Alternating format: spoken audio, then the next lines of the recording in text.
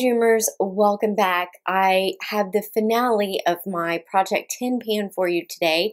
I started this at the beginning of the year. It was just a traditional Project Tin Pan, and I have decided at this point to call it finished. So I will go over the products that I chose for this project and where I ended up with each of them. So the first thing was the Urban Decay Naked Skin Foundation, and I did finish that. I am planning on repurchasing this, but I have a couple other foundations that I would like to finish up first. I also finished the Tarte Clean Slate Flawless Primer. I'm not currently planning on purchasing this again. I did really like it, but I think I liked the way that it smelled and felt more than the actual performance of the product. I do have a couple of new primers that I'm giving a try, so I'm not planning on purchasing that now, but I'm not ruling it out for the future. I also, from Tarte, finished up a Maracuja Creaseless Concealer. I am not planning on repurchasing this. I like the coverage of this concealer, but it is a little bit too emollient for me, and I found that eyeliners and eyeshadows that I really like to put on my lower lash line would not stay as well when I used this concealer. I'm noticing that a little bit with the IT Cosmetics concealer that I'm wearing today, the Bye Bye Under Eye as well.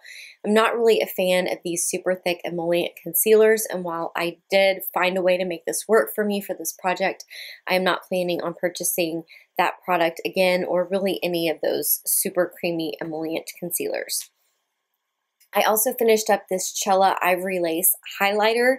I used every little bit of product really that I could get out of there. And I didn't use this as a highlight because it just did not work for my skin tone. It was too light, you couldn't see it, it just blended away. And so I used this as an eyeshadow primer, and it worked fantastically. In fact, it worked just as good as my favorite like Wet n Wild Photo Focus eyeshadow primer, or the Too Faced or the Urban Decay. It worked just as good as any eyeshadow primer that I've tried. So if you got this in a subscription box and it just didn't work for you as a highlight, or you weren't really sure what to do with it, give it a try as an eyeshadow base. I also finished up this Kat Von D eyeliner in Puro Amor, which is just black.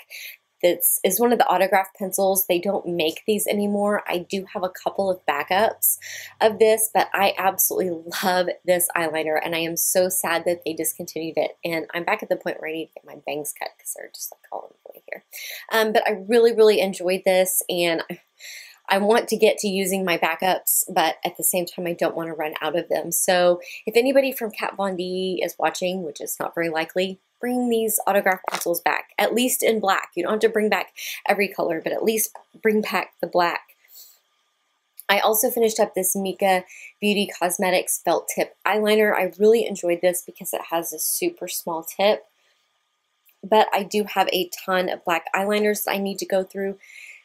So I am not planning on purchasing this one right now, and I do have other eyeliners that I like just as well that are less expensive, so I would probably purchase those instead.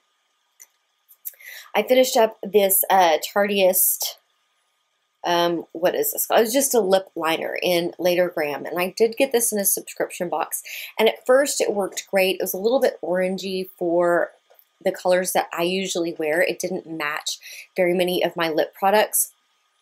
And I would say the first 3 or 4 times that I used this, it worked great. And then it was just very crumbly and dry after that. And so most of the product ended up breaking off and not being used. But I did get as much use out of it as I possibly could. Okay, there are 3 products left. And even though I have not finished these products, I will explain why I am going to go ahead and call this project finished, even though I only have 7 products out of the 10 finished. So the first one is Thank Me Later Eyeshadow Primer by Elizabeth Mott. I am going to continue to use this product until I have used it up, and in fact, it will probably be a bonus project to my Finish 6 by Summer project pan that I'm getting ready to start, so don't forget to subscribe so you don't miss that video coming up. But even though I am not completely finished with this, I am about right here, so I am very close to finishing it. However, for this one product, I don't want to keep the entire project pan open. The last two products, I had this NARS lipstick in Dolce Vita, and the truth of the matter is that I did not like wearing this enough to wear it often enough for a project pan.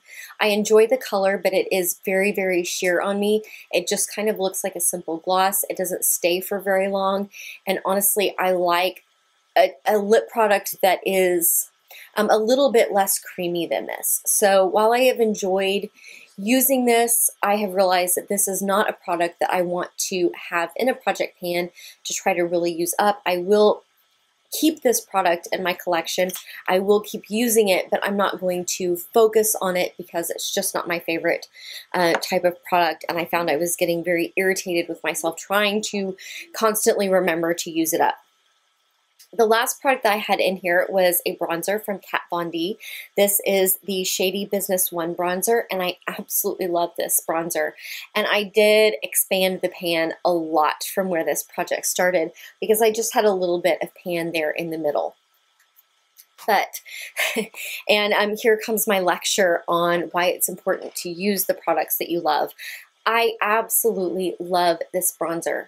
But as I was using this every single day, I noticed that my skin was breaking out, and I couldn't figure out what was going on. I thought it was maybe because this winter I had a big patch of time where my skin was really extra dry, and my skin is usually combo oily to normal on good days. But I discovered that my skin was breaking out, and I hadn't changed my skincare routine. I had tried like a new moisturizer, but I stopped using that and went back to my old moisturizer. I was looking at the makeup products that I was using on my face constantly, and then one day when I was looking in the mirror, I noticed that where my face was breaking out was right here, and right here, and right here, which are places where I put bronzer. So I decided to put this aside for the last couple of weeks and keep everything else exactly the same. I continued to use all of the same skincare products that I was already using. I used all of the other makeup products that I was already using. I didn't change anything for 2 weeks, and my skin cleared up.